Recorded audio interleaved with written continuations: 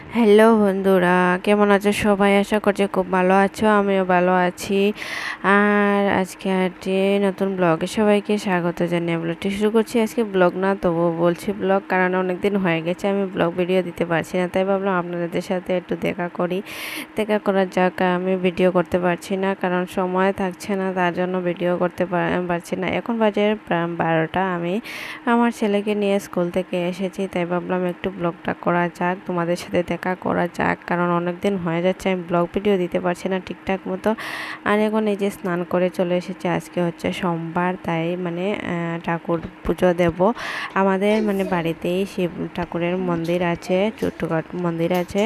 আর ওইখানে ভাবছি পারে যে এখন আমি ঘরে ঠাকুর দিয়েছি, ঘরে ঠাকুর দিয়ে ভাবলাম আমার ছেলেকে নিয়ে যাচ্ছি, ওইখানে গিয়ে একটু পুজো দিয়ে আসবো। আর আমাদের বাড়িতেই যেহেতু, তাই জন্য আর এত সাজগোজ করিনি, একদম সিম্পলভাবে যেরকম করেছিলাম ওই রকমই আমি ওখানে গিয়ে পুজো দিয়ে আসলাম।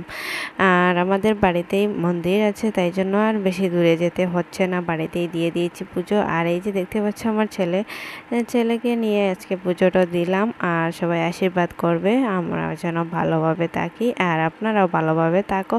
আর সবাই আর আমি কি বলবো, ভিডিও দিতে পারছি না, আমার একটা আফসোস থাকছে, তাই ভাবলাম আজকে একটু ভিডিও করা যাক। আর শুভ সোমবার, সবার দিনটা ভালোভাবে কাটুক, এই শুভকামনা করি আমি। আর এই যে আমি ঠাকুর পুজো দিয়ে সব কিছু সেরে সেরে চলে এসেছি, এখন ছেলেকে ঘুম পাড়াবো। আর এই যে ভাত ঠাকুর দিয়ে পুজো দিয়ে আজকে ভাত খেয়েছি, অনেক লেট হয়ে গেছে, প্রায় এখন 2:30 বাজে।